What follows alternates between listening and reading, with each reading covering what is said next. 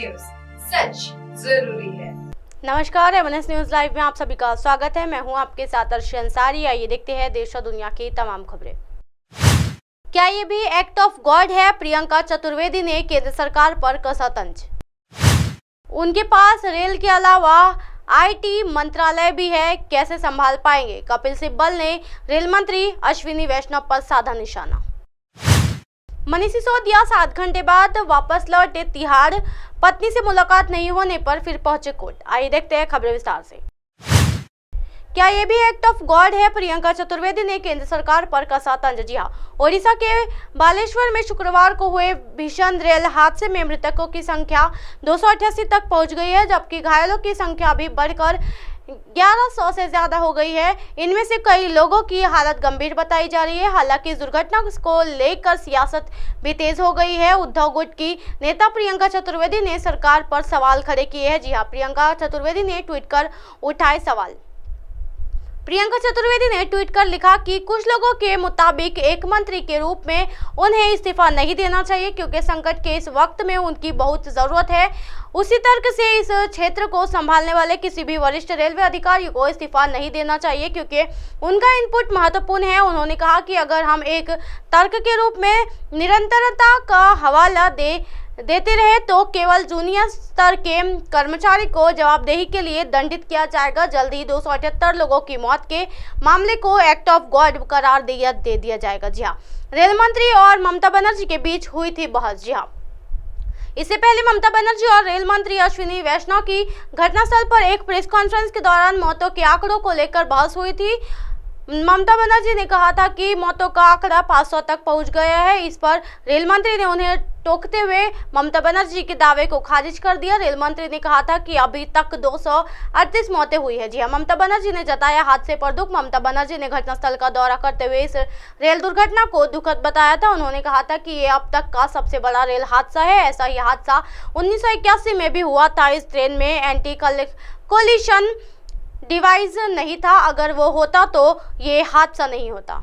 कपिल सिब्बल ने रेल मंत्री अश्विनी वैष्णव पर साधा निशाना। बोले उनके पास रेल के अलावा आईटी मंत्रालय भी है, कैसे संभाल पाएंगे? जी हां, ओडिशा ट्रेन हादसे को लेकर अब विपक्षी दल सीधे केंद्र की नरेंद्र मोदी सरकार और रेल मंत्री अश्विनी वैष्णव को घेरना शुरू कर दिया है। घटना को लेकर सरकार को घेरने के शुरुआत शनिवार शाम बंगाल की मुख्यमंत्री ममता बनर्जी ने की थी, जब उन्होंने रेल मंत्री वैष्णव की मौजूदगी में आशंका व्यक्त की थी कि मरने वाली संख्या में इजाफा हो सकता है। इसी को लेकर मंत्री वैष्णव ने आपत्ति जताई और उन्हें मृतकों को अधिकारियों को आंकड़ों की कोट किया। जी हां, लेकिन इस हादसे को लेकर विपक्ष लगातार सरकार और रेल मंत्रालय में जवाबदेही स्पष्ट करने की मांग कर रहा है। इसी क्रम में राज्यसभा सांसद कपिल सिब्बल ने भी रेल मंत्री अश्विनी वैष्णव पर सवाल उठाते हुए उन्हें के पास रेल के अतिरिक्त आईटी मंत्रालय होने को लेकर सवाल खड़ा किया है और मोदी सरकार द्वारा रेल बजट खत्म किए जाने को लेकर भी तंज कसा है। जी हां, देश के वरिष्ठ वकीलों में शुमार कपिल सिब्बल ने ट्वीट करके कहा कि अश्विनी वैष्णव आईटी, इलेक्ट्रॉनिक्स और रेल मंत्री भी है। अब कोई रेल बजट नहीं, अब कोई जवाबदेही नहीं। एक मंत्री इतने बड़े मंत्रालय ने नहीं संभाल सकता। बुलेट ट्रेन, वंदे भारत, आसाराम की सेवा करो, साधारण को नीचा दिखाओ। जी हाँ, यही आपका नुस्खा है। उन्होंने साल 2017 में 2020 के बीच में हुए रेल दुर्घटना का आंकड़ा पेश करते हुए कहा, साल 2017-18 में पटरी से उतरी कुल 257 ट्रेन, साल 2018-19 में कुल ट्रेन पटरी से उतरी 556 और साल 2019-20 में कुल 399 ट्रेनों पर पटरी से छोड़ा गया था। इसका सीधा कारण है कि 166 मामलों में ट्रैक का रखरखाव ठीक नहीं था। 150 में ट्रैक पाबंदों का गिरना, करीब 144 हाथ से खराब ड्राइविंग के कारण हुआ। रेल सुरक्षा के लिए करीब 1 लाख करोड़ रुपए आवंटित हुए, लेकिन रेलवे हुए साल केवल 5,000 करोड़ रुपए ही आपदा के मद से पाता है।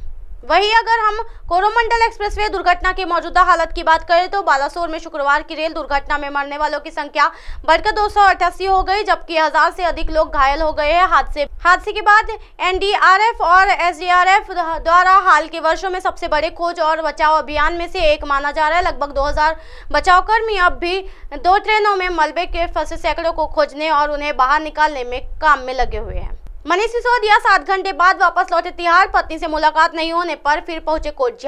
दिल्ली के पूर्व डिप्टी सीएम मनीष सिसोदिया शनिवार को अपनी बीमार पत्नी से मिलने जेल से कुछ घंटों के लिए बाहर आए थे। अभी वापस तिहाड़ जेल से लौट आए हैं। मनीष सिसोदिया 7 घंटे के लिए शनिवार सुबह जेल से बाहर आए थे और शाम करीब 4:30 बजे तिहाड़ जेल वापस लौट गए। दिल्ली हाईकोर्ट के आदेश के बाद उन्हें जेल से बाहर आने की ये राहत मिली थी। जी हाँ, 7 घंटे के लिए मिली थी जमानत। मनीष सिसोदिया को अपनी बीमार पत्नी से मिलने के लिए दिल्ली हाई कोर्ट ने शनिवार सुबह 10 बजे से शाम 5 बजे तक 7 घंटे के लिए जमानत दी थी। पत्नी से मुलाकात के लिए सिसोदिया शनिवार सुबह 10 बजे तिहाड़ जेल से बाहर निकले और सीधे अपने आवास पर पहुंचे। हालांकि सिसोदिया की अपनी पत्नी से मुलाकात नहीं हो पाई। सिसोदिया के अपने घर पहुंचने से पहले ही उनकी पत्नी की तबीयत अचानक बिगड़ गई और फिर उन्हें इलाज के लिए LNJP अस्पताल में ले जाया गया। सिसोदिया की पत्नी मल्टीपल स्क्लेरोसिस से पीड़ित है। जी हाँ, जमानत के लिए कोर्ट ने रखी थी ये शर्त। मनीष सिसोदिया को कोर्ट ने इस शर्त पर जमानत दी थी कि वे इस दौरान मीडिया से बात नहीं करेंगे। कोर्ट ने सिसोदिया के सामने परिवार के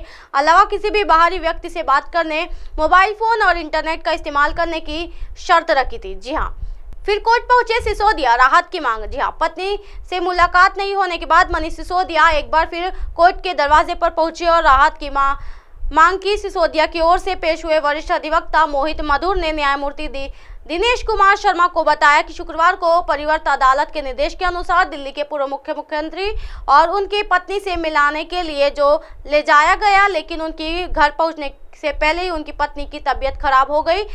NLGP अस्पताल में भर्ती कराया गया। इस प्रकार मधुर से अदालत ने सिसोदिया को अस्थायी आधार पर रिहा करना अनुरोध किया और कहा कि वह अपनी बीमार पत्नी की देखभाल करने वाले एकमात्र शख्स है। जी हाँ, कोर्ट ने NLGP अस्पताल में मांगी रिपोर्ट। जी हाँ, दिल्ली हाई कोर्ट ने सिसोदिया की इस याचिका के बाद LNG अस्पताल में उनकी बीमार पत्नी स्वास्थ्य के बारे में रिपोर्ट मांगी। साथ ही कथित आबकारी नीति घोटाले में संबंधित मनी लॉन्ड्रिंग के एक मामले में 6 सप्ताह के लिए सिसोदिया को अंतरिम जमानत याचिका पर आदेश सुरक्षा रख लिया है।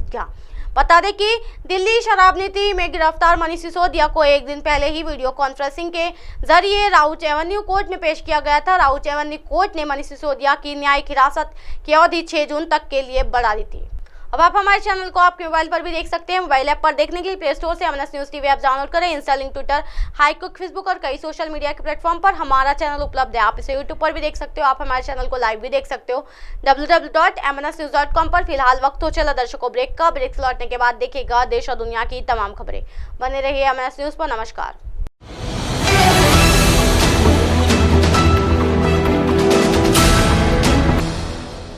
ये है MNS न्यूज नेटवर्क और आप देख रहे हैं